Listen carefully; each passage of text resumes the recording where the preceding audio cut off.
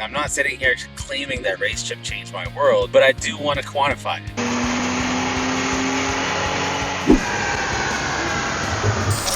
The numbers are of what RaceChip is claiming. So I emailed RaceChip and I said, hey, can I return this? So I was not aware that RaceChip actually sends new tunes out. I spent $650 on the K-tuner to get 6 horsepower.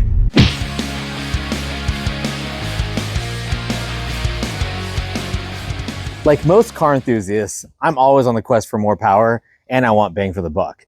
Lots of options out there for multiple cars, and a lot of people talk about piggyback tunes and ECU tunes. I get it, ECU tunes generally have better results, but with the multiple options of piggyback tunes and their lower price points, I figured that might be a good place to start and actually quantify what the results are. Now the question is, which one should I start with? Oh, hey man. Hey dude, I might have an option here for you. You guys have probably heard of RaceChip. You probably see ads for it. There's a lot of mixed opinions about RaceChips. I'm not positive that I feel good about putting this on my car. And I get it. There's a lot of misconceptions out there. There's a lot of hearsay. You've heard it from your friends. You see it on message boards. So today we're going to test out the RaceChip on my 2018 E400. This has a twin turbo V6 motor. What I ended up purchasing for this vehicle is a RaceChip GTS Black. It's the highest version that you can get, and I bought it for 2 reasons. Number 1, because it's super easy to install, and number 2, because the price point was actually fairly reasonable. They note on their website 67 horsepower and 69 pounds of torque. And we're going to put that to the test today and see what it actually comes back with. But first, we got to find a dyno. Finding an all-wheel drive dyno in DFW is not hard. Finding an all-wheel drive dyno place that would let me do baselines with the RaceChip is what was difficult. However, we did find a shop called Eurocharged that would work with us. Now we're going to head over to Eurocharged Dallas, where we're going to do 3 runs. We're going to do a stock with no RaceChip. We're going to do a sport mode on the RaceChip, and then we're going to do a race mode on the RaceChip. And that's all controlled via the app, which we'll show you a little bit later. Let's go. All right, let's do it.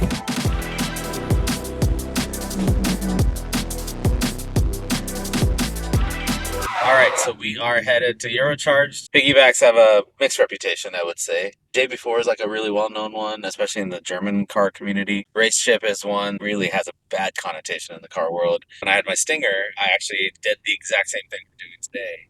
I bought a RaceChip. I took it to a dyno up in Colorado when I lived there, and the gains were pretty close to what RaceChip was claiming. Honestly, this is just for fun. Like, I'm not sitting here claiming that RaceChip changed my world, but I do want to quantify it. So the RaceChip I did buy is the GTS Black. It's the top end one.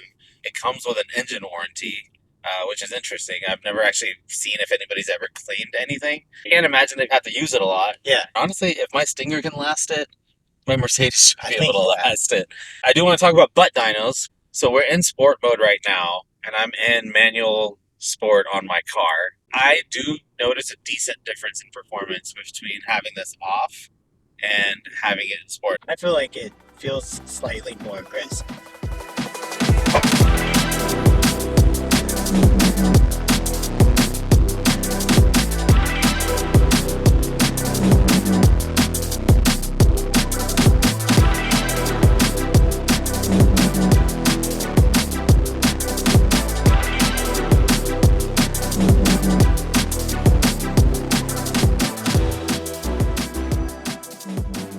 Sure, it's on stock mode right now.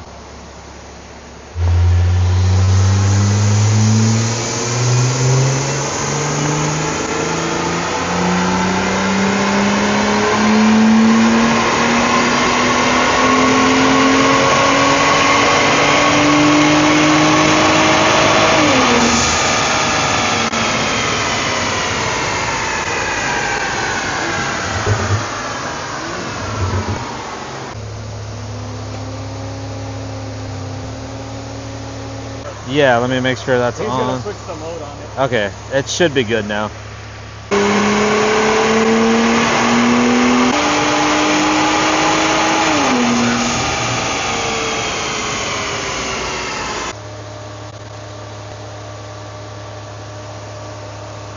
A little bit? All right, I'm gonna put it in the race mode, so we'll see what this does.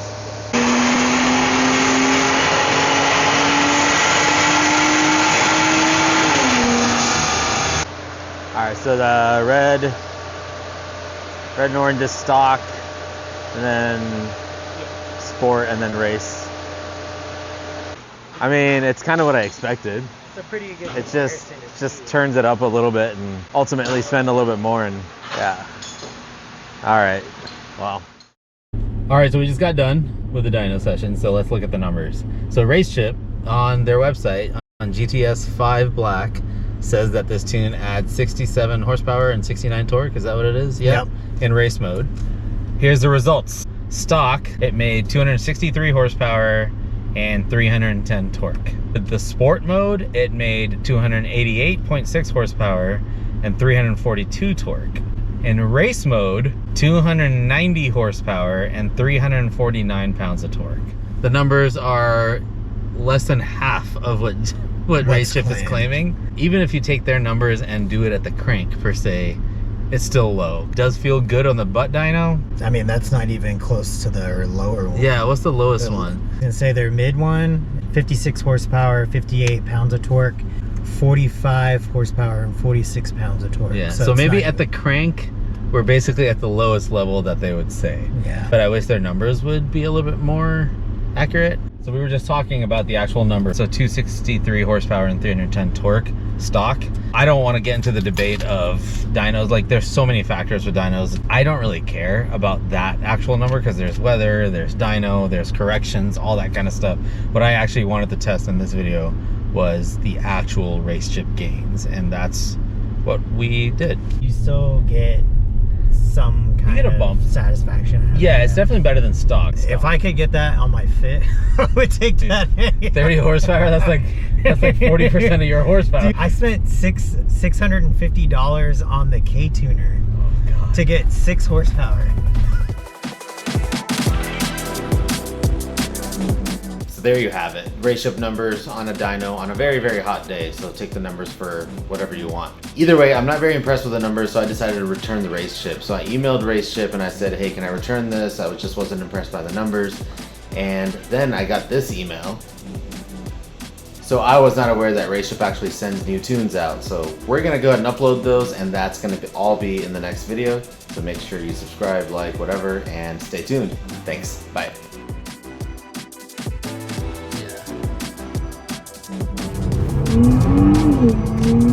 Oh man. Why didn't they just give me this tune?